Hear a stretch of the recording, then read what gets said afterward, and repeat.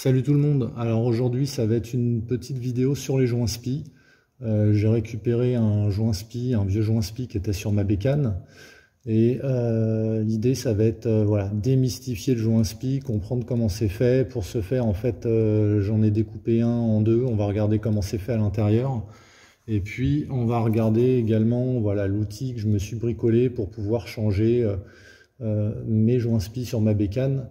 Donc c'est un Vestrom 650 Suzuki 2010 et récemment en fait j'ai changé l'huile de fourche et j'en ai profité pour préventivement en fait changer également mes joints spi. Sur le Vestrom en fait la fourche elle est relativement basique, hein, c'est pas une fourche inversée et les joints spi se trouvent ici au niveau des fourreaux.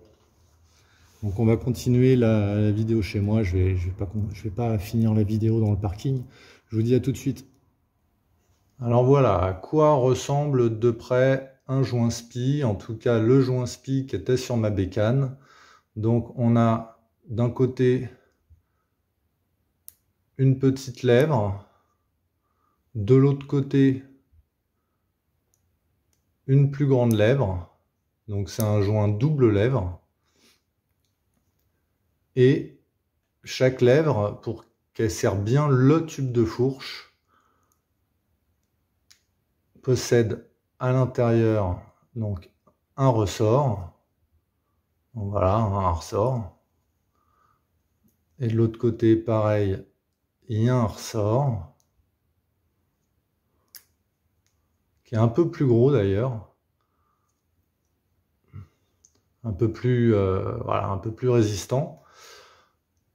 Sur mon joint spi, le gros ressort, il serre la lèvre qui est orientée vers le bas, donc qui est orientée vers l'huile de fourche. Donc c'est pour bien faire l'étanchéité et bien serrer, faire en sorte que la lèvre serre bien le tube de fourche pour que voilà, l'huile ne sorte pas. De l'autre côté, la lèvre elle est un petit peu moins, voilà, un petit peu moins grande et le ressort il est un petit peu plus fin.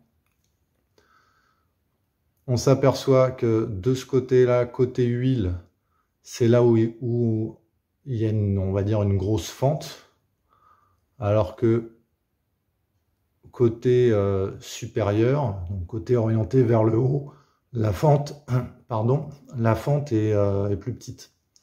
Donc je l'ai découpé pour qu'on voit bien comment c'est fait à l'intérieur. Il y a du métal dedans, donc c'est un petit peu difficile à...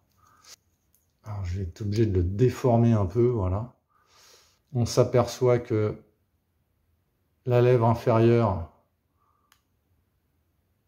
c'est vraiment hyper souple. La lèvre supérieure, également, elle est plus petite et il y a une armature en métal en fait. Et c'est donc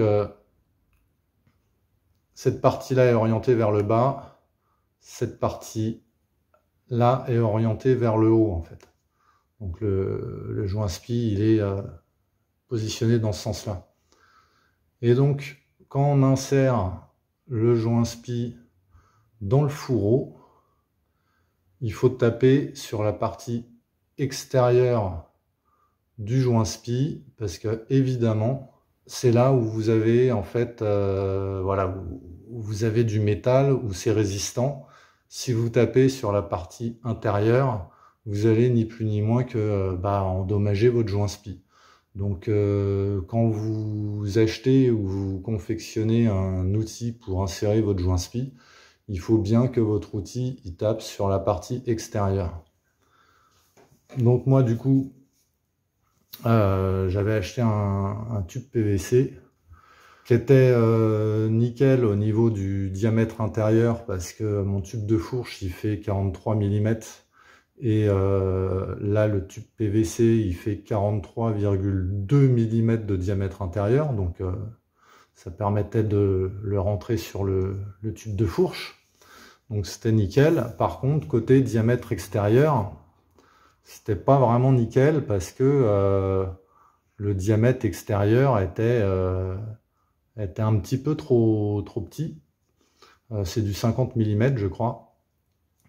Et le diamètre extérieur du joint SPI fait significativement plus que 50 mm. Donc je risquais de taper en fait sur la partie où il ne faut pas taper. Je risquais de taper en fait sur cette, voilà, sur cette petite partie intérieure plus que sur la partie extérieure. Enfin, c'était limite, quoi. C'était vraiment limite. Donc, ce que j'ai fait, c'est que j'ai collé du scotch de peintre et j'en ai mis suffisamment pour arriver vraiment au bon diamètre.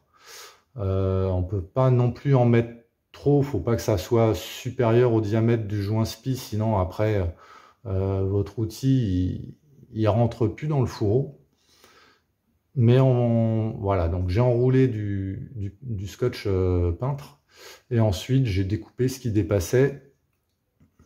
Mais c'est pas grave si vous arrivez pas exactement au bord du tube PVC, que ça dépasse d'un demi-millimètre ou d'un quart de millimètre. Au contraire, parce que c'est vraiment l'extérieur voilà, qui nous intéresse et qui va devoir en fait appuyer sur le joint SPI, appuyer sur cette partie-là du joint SPI, la partie extérieure, la partie en fait qui est armée d'une tige de métal, quoi. Voilà, donc si ça peut avoir répondu à plein de questions que se posaient en fait les gens sur comment est fait un joint SPI. Alors pourquoi aussi on voit que là la lèvre elle est plus importante? Parce qu'avec la pression d'huile qu'il va y avoir à l'intérieur de votre fourche, lorsque vous allez être sur un point de compression, que la fourche elle va se comprimer, ça va avoir tendance à écarter la lèvre. Parce que ça va faire augmenter la pression. Donc plus vous allez avoir un choc et plus la fourche va se comprimer. Et à mon avis, enfin ça me paraît assez logique, plus le joint il va avoir envie de s'écarter, parce qu'il y aura de la pression en dessous, et plus il va se plaquer contre le tube de fourche, quoi. Donc voilà, c'est aussi simple. Bon, j'essaye de bien faire la netteté pour que vous voyez une fois pour toutes bien comment c'est fait. C'est pas facile, je suis trop près, voilà. Donc voilà. Pour le tube, moi ce que je vous conseille, je vais cacher la marque parce que je suis pas là pour faire de la pub. Voilà, je l'ai découpé avec un outil rotatif, voilà les petits trucs là, où on peut mettre des disques ou des fraises, etc. Et c'est un outil qui est bien pratique parce que je l'ai utilisé, en fait je l'avais acheté, voilà, je l'avais acheté pour une utilisation. Je m'étais dit je vais prendre le tout premier prix, ça doit valoir 38 €, un truc comme ça. Et ensuite finalement je l'ai réutilisé pour d'autres choses dans mon appart. J'ai utilisé pour bricoler un outil, je l'ai utilisé pour pas mal de choses, quoi. Une autre chose que je voulais vous montrer, en fait, sur la lèvre inférieure, donc celle qui est vers le bas, qui est vers l'huile de fourche, on voit bien qu'il y a, voilà, il y a une strie, deux stries, un petit peu comme des essuie, comme ce qu'on a sur les essuie-glaces de voiture. Et c'est cette partie-là vraiment qui fait l'étanchéité. Et lorsqu'on a un joint SPI voilà, qui assure plus l'étanchéité et qu'on a une fuite au niveau de ces joints SPI, j'imagine que ces petites rainures-là qui sont en fait abîmées et qui laissent passer de l'huile. Donc c'est cette partie-là où il faut vraiment être vigilant quand on insère son joint SPI sur son tube de fourche. Faut vraiment pas l'abîmer. Donc sur la partie supérieure du tube de fourche, ça peut être un petit peu coupant. Donc voilà, c'est pour ça que, comme beaucoup, en fait, j'ai utilisé un sac en plastique que j'ai mis sur le tube de fourche pour rentrer mon joint SPI. Et ensuite, sur la partie haute du tube de fourche, peut y avoir des impacts de gravier. Quand vous roulez sur la route, il peut y avoir quelques graviers qui fait des impacts sur le tube de fourche. Et donc ça fait des petites aspérités. Enfin, le métal, il peut être un petit peu abrasif, un petit peu coupant. Il y a aussi l'endroit où il y a le T de fourche inférieur qui serre le tube de fourche. À cet endroit-là, le tube de fourche, il est un petit peu rayé. Donc voilà, quand vous insérez votre joint spi, je pense que c'est mieux de mettre un sac en plastique pour faire coulisser le joint spi. Et une fois que vous arrivez tout en bas, vous enlevez le sac en plastique et ça permet voilà, d'éviter de rayer ces micro stries au moment où vous insérez votre joint spi, quoi. Donc voilà, c'était une vidéo ultra courte. Pour ceux que ça intéresse, en fait, j'avais fait une vidéo où je montrais comment je changeais l'huile de fourche sur ma moto et où j'en profitais pour changer mes joints spi. Donc pour ceux que ça intéresse, vous pouvez aller jeter un œil.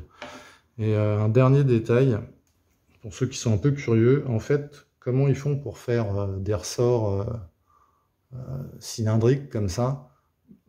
En fait, il y a un endroit où ça se dévisse. Alors, je ne sais pas si je vais le trouver, là. Ouais, j'ai l'impression que c'est ici. Si on tourne, voilà. Si on tourne, ça se dévisse. Donc, c'est bien foutu, le truc.